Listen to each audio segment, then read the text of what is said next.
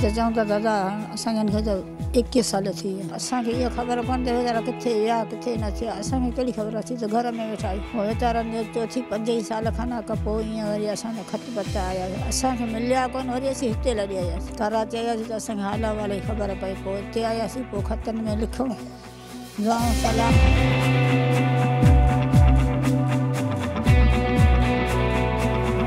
99 के साइक्लोन में ये वहाँ समुद्र में फिशिंग के लिए गए थे, तो 99 के साइक्लोन आया तो ये इन लोगों ने समझा कि ये लोग मर गए तूफान में। तो 3 साल के बाद इनको अचानक एक खत आया कि हम जो है इंडिया की जेल में कैद हैं, हमें जो है हुकूमत से अपील करो तो हम वहाँ से आज़ाद किया जाए। इनके बाद रहने के लिए जगह नहीं थी, फिर हम लोगों ने इनको एक कमरे का जो है मकान बना के दिया।